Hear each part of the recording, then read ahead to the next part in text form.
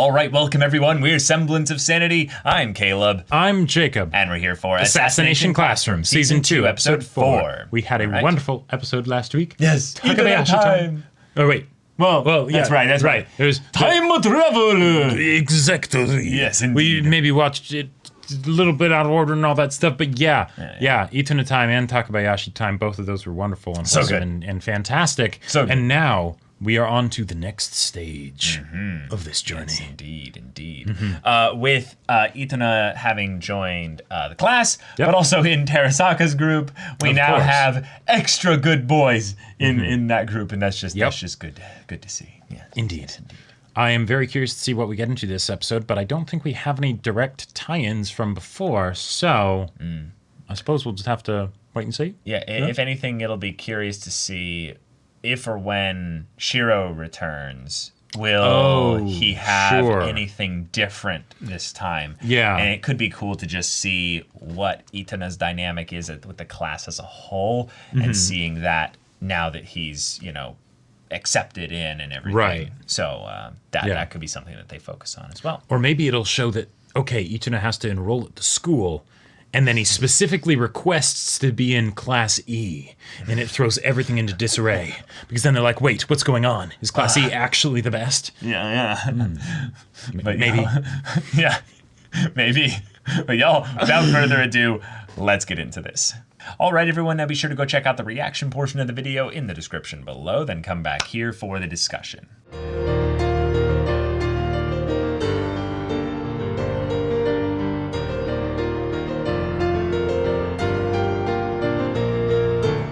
God, this episode was hilarious. It was amazing. We got all the boys channeling their virgin perv energy into making a tank that originally was for assassination. Yes, that Itana, I believe, still thought it was always going to be for assassination. Indeed. I just didn't, wasn't dissuaded because of the other boys' passion, motivation. But see, recon and gathering intel is a very important part of assassination. Yeah.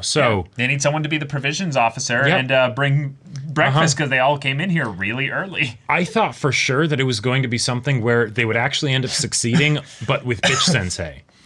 I thought so too. I thought she was going to step on the right, exactly. And then they'd be like, "We saw it. We saw it. For the just footage is gone. Go back to last frame we saw." Right before it all goes to static or something. Right, they spend like the whole rest of the school day just trying to recover the the hardware so they can actually get access to the thing there. And they're like, "Was the recording thing on?" And then the one guy who's supposed to press the button is like, "No!" And they're like, "No!" Right.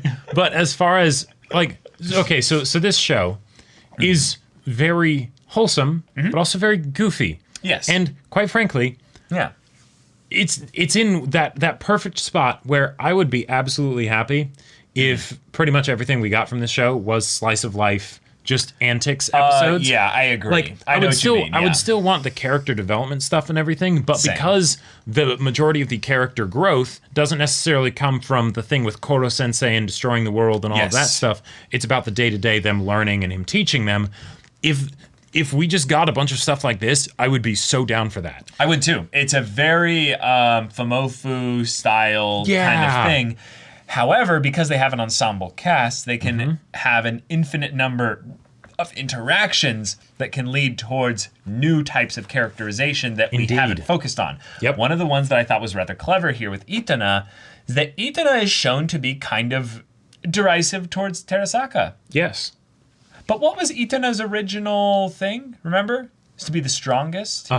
So by him tearing down Terasaka constantly, is it him acknowledging that Terasaka is the strongest? And he's like, You're my competition, I have to be better I'm than beating you. So I have to be constantly beating you. So what he's kind of saying is like, Terasaka, you're actually the one I think the highest of. You're the one I think the highest of, and we want to be friends. Out of this class, But it's not just because he's the strongest, but because remember what Terasaka said to him, in Itana time? Oh yeah. Yeah, Terasaka is the strongest of body and maybe also of heart. Of the students. So what a guy. I can't believe it's not Takaoka. Man, he got done dirty with that one. But it's so perfect. Yeah, so for one, I love the fact that we're getting these nicknames. Oh my god, like so these code names. I hope we they might continue. never see them we again. May never, though. and we'll never see them again, right? Yeah. But man, they were good. They were so good because one, yes. In training to be assassins, and especially with as silly as the assassins that they previously saw were, even if their code names were pretty intense. Yes. Yeah, come up with code names, because why not, right? It's, it's good fun, and it's great tongue-in-cheek humor from the creator, to the audience of, yes, there are a stupid amount of characters, and they are most all of them shticks, basically. Yeah, they're pretty much all shticks. Most of them don't get too much depth because how can you possibly have time to focus on all of them in depth?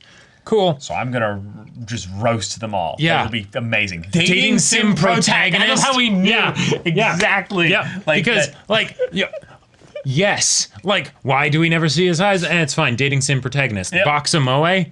Yeah. Yep. Bilingual blonde. I saw what you did there, show. Oh yeah. I saw what you did there. Yep. Freaking Dennis the Menace. Though. Oh man. Oh my god. That sent me back. It's me too. Wow. That was something else. Tsundere Sniper. Tsundere Sniper with the TS and everything, and then just Lufa. Because his hair does kind of look like it could be a loofah. Yeah, it does. Oh, yeah. Krasanova. Eternal 8th grader. Yep. Forever Flat. Yep. Fun Police. Fun Police. The fact that Karasuma's is police. just good. Oh, yeah. It's not even that funny. It's just true. Yep. Mm-hmm. There's so many times they've tried to bring Karasuma into their fun, and he's just well, wait a minute. Wait. No, I think, headcanon. Even though Bitch Sensei wasn't there, the fact that he has a nickname means that it went beyond just the immediate classroom, because Karasuma and Bitch Sensei don't partake in the homeroom studies, right? Soka. So, I'm going to posit that actually it was Bitch Sensei that gave the name Fun Police, because he never actually cuts loose and has some fun with her, right? Whoa! Because he's constantly all serious business and everything, and that bothers her, so she's like, yeah, it's freaking Fun Police. Mm-hmm. I could see that, yeah. Because he hasn't really cut back or clamped down on any of the students' fun, really, that we've seen. Not particularly, Maybe a little bit, but not really. Yeah, maybe a little bit, but not anything crazy. Mm-hmm. But Bitch Sensei, oh, yeah. Yeah. Oh yeah, and you know that the creator is. They know that we're wondering. Well, Bitch Sensei, right? Because Bitch Sensei already has the code name. Mm-hmm. Is she going to make an appearance in this episode? She did, but just off screen. Yeah. Mm-hmm. She was helping out some of the girls there, but oh my god, scrunchies and boobs. Dignified Didact. Yeah. God, these are so funny. I can't pronounce the name of the school, but just the school mom, which is both nice. Kunugigaoka. Kunugigaoka. Yeah. Yeah, there we go. But it's also sort of that commentary on the fact that she usually gets made fun of for not being as pretty as the other girls. Yeah. Yeah, exactly. She's more homely or whatever. And it's like, hey, come on. You don't have to you don't have to make fun of all the big people in this show. Because that's the other joke about Terasaka here. I can't believe it's not Takaoka. I can't believe it's not Butter. He's fat. It's like, damn it. No, he's just a big dude. Yeah. Yeah. But that's where the phrase comes from. I can't believe it's not. I can't believe it's not Butter. Uh-huh. Right. So it's kind of like they're calling him fat. It's like, hey. Arcade Wizard Key, that's a good one. Mm-hmm. But a gender bender for Nagisa, right? President Poverty. But some of the other ones, ouch. Yeah, Jackson Pollock, that one's funny because you got the painter and stuff. Mm-hmm. But then it's like, wait, is this just a jack-off joke, basically? Is that basically the whole point there? But then there's things like Specs, where it's just like, okay, yeah, that, Yeah, Takabayashi, that just fits. Mm-hmm. Yep. Oh, yeah, Terminal Perv. Yep, Baseball Brain, that just feels kind of boring, but it's right for, if anything, was it Tsukino or? Sugino. Sugino, yeah. Yeah, if anything, the fact that we have Baseball Brain and Home Plate. It's kind of like, ooh, Home Plate. Are you just getting the discount Sugino name? Possibly. Maybe what it is he's constantly seeking fourth base. That's all. Right. That's all he's thinking about. No. That's There you go. Yeah. There you go. He's doing his best. He shoots for the moon, but Never lucky. That's lucky. right. That's right. I'm disappointed though of Poison Glasses though being the name for Okuda.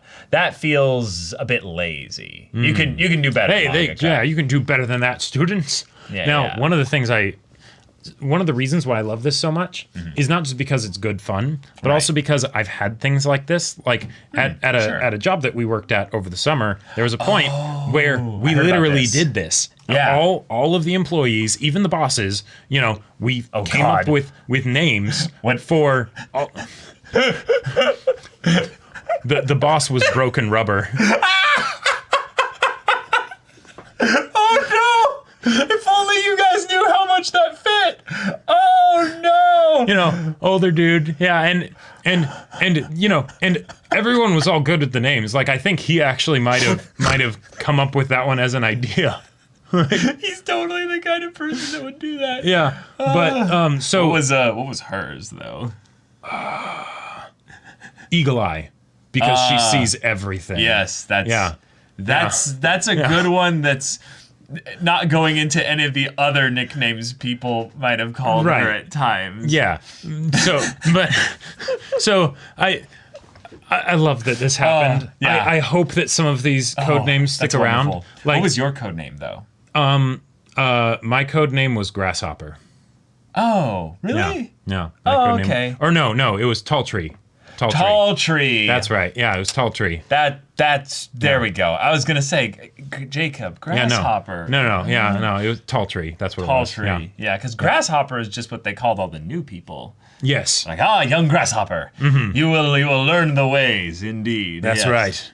Yep. This is the way, young Grasshopper. That was literally a thing I think people would say. Yep. Oh my God. But we had this yeah. little bit with Masayoshi being the one that was kind of the reason why they kind of focused on this here, in that his name was given to him because his parents were police officers and had a hard-on for justice, essentially. Yep. Maybe that was what one of them screamed while climaxing, but I don't know, But basically, like, they're like, oh, that's a great name, But but thinking about it, a lot of the other characters do actually have some kind of, awkward names in general. And I love that Karma is the one that's like, he's like, I love my name. I love my name. Yeah. It's like, wait. Yeah. I think that's cool because what it is we just had a character who's a little bit of an outsider get accepted. Then we have a character who we haven't really given that much focus to kind of reveal, like, yeah, I've been asking that my name be said a little bit differently because I don't like the way my parents say my name, and it probably subjected him to some bullying. Sure. Which is maybe a little bit of a light little, here's all we'll get with regards to why he's in 3E. But, if you have an awkward name in school, it is one of those things where, you can get torn to shreds by other kids because kids... Yep. They're ruthless sometimes. Like, they're ruthless little shits. Yeah. Yep. Yeah. And I love that all this fun stuff with the code names and everything came from that, and Koro Sensei, addressed the concerns and said, here's a way that we can, here's a name change form that we can do with the school and everything, so you don't have to worry about it being said at like assemblies and things. Right. Awesome. But I'll bet if you end up succeeding in assassinating me, they'll be like, yeah, justice indeed.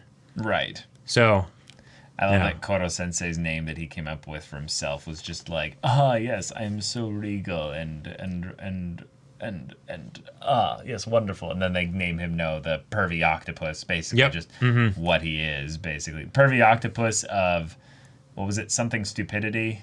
Yeah.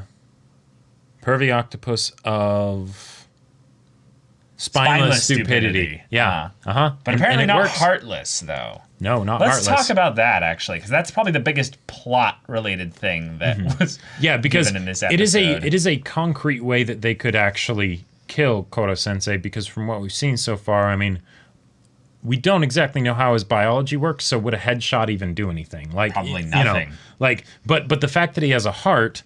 Thematically, that's great. 'Cause he cares about his students, and they are his true weakness, right? Right. You attack his heart, but if he has an actual physical heart that can be like shot, that's okay. Yeah, that's worth remembering. Yep. Yeah, and Koro Sensei being aware that he must now have been told or have told all of them about my weakness. However, this is something that's kind of interesting to bring up, is that Shiro apparently knew about that. I'm guessing, yeah. Mm-hmm. But Karasuma hasn't brought that up. Why did the students not get told this very helpful bit of information to make their assassinations more probable? That's a good point. Yeah. Isn't that interesting? So the facility might be split off from the government, which would make a lot of sense because that would redeem some of the government's like logic in my eyes. Well, because the whole there's this thing that's trying to destroy the world, so naturally we'll make one more while trying to assassinate the original, you know, and make it better and and all that stuff. Yeah. It's like, okay, I get that you might need one to defeat one, right? Yeah. I kind of get that. Yep. But at the same time, that's very dangerous territory you're working with. If it's something where it's split from the government and that's why Shiro like conceals his identity and everything, that I could see that happening where it's some splinter organization or whatever, and now because then it's also something where they could deal with that organization as sort of the final boss or whatever you want to call it, right, in a concrete sense, and not have to have it be something where they literally are going to war with like the world or a country or something like that. That was one of the things that I thought that this was hinting at, was basically that Shiro and basically the people that basically made Koro Sensei, those people essentially are not necessarily connected basically to the government and stuff, but they are the ones that are the ultimate threat. They are the ones that are the end game thing, because there's no way that like the more and more we get attached to Koro Sensei, the more and more we are seeing that the kids are attached to Koro Sensei. Koro Sensei is attached to the kids. There's no way that they're going to there's no way that Koro Sensei is going to destroy the world. Right. It's not going to happen. He is doing this to get something else that he wants, which is either just to have a family, just to spend time with them. It's the friends we made along the way. Or he was going to, and now... Right, and now he's they've not. Taught him. Yeah, they've taught him, exactly. It's been a thing of where their hearts have reached his. Yep. Like, there's more, I would say, symbolism potential there with that, because it's the fact that Koro Sensei just loves them. And... yeah, I like your way of looking at it better. It's that he probably did, at some point, have that kind of anger or hatred or desire. He did destroy the moon. Yeah. So, yeah. But these kids might have saved him and thus saved the world. Yep. So, yeah. But the idea that this is something that we're getting into now is...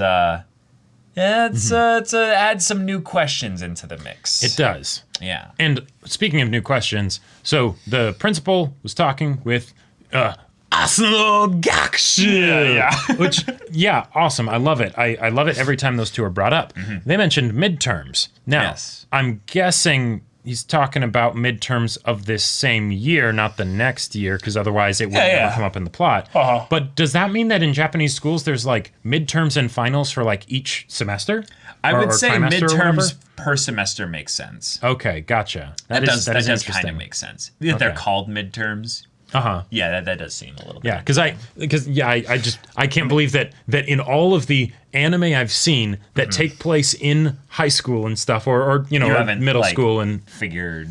Yeah, I haven't how the dynamic of midterms and school semesters work. Yeah, like I know like when the school year starts and ends and things like that. But so we know there's 2 semesters. There's actually 3 apparently. Well, yeah, summer is counted technically though. That's why there's 3. Right. That was one of the things that I remember getting wrong. Was I remembered that there was supposed to be 3, but I didn't know that summer was counted as one of them. And isn't summer in Japanese school like really short? Well, yeah, the actual summer break that they get is like, I think it's like a few weeks. Right, and that's where the whole. That's why like they'll still get homework over summer vacation and things like that. Yeah, but we know the school year starts in April for the most part. Right. Yes. And then that would make sense that if you went into the equivalent of like May or the summer. However in they general, get split up. Yeah, that it would basically give you plenty of time for a semester before you would have to do the final semester. And then that would come back all the way around to, Christmas time and stuff like that. Right. Yeah, I just think that method as a way of testing is really interesting, but then that also makes sense given the fact that if tests are as big of a thing in Japan as they are, and they're public and things like that, you would probably want to have a standardized form of like, this test and then that test and then that test across the whole school. So multiple midterms and finals and things like that. That's cool. Yeah. But yeah, season 2, new problems, more difficult schoolwork. And more fun. Yeah. So, y'all, thank you so much for watching this episode's reaction and discussion. If you want to see the next episode's reaction and discussion right now, though, go check out the link in the description below for our Patreon. You can get on early access there. You can watch full-length timer reactions there, and all this comes with Discord access, so you can chat with us in the community there about this show, about anime in general, and also be sure to check out our Twitch channel. Yes, we stream Monday through Friday at 3 p.m. Pacific time. Mondays we do podcast. Tuesdays are One Piece dramatic manga readings. Wednesdays and Fridays, Caleb does gaming. Yeah, I'm playing Hades right now, which will be followed by Cyberpunk 2077. Yeah, and then on Thursdays, I do gaming, which right now is Persona 4 Golden. Yeah, so if any of that interests you, we'll see you there. But until then, we're Semblance of Sanity. I'm Caleb. I'm Jacob. And we'll see you all next time.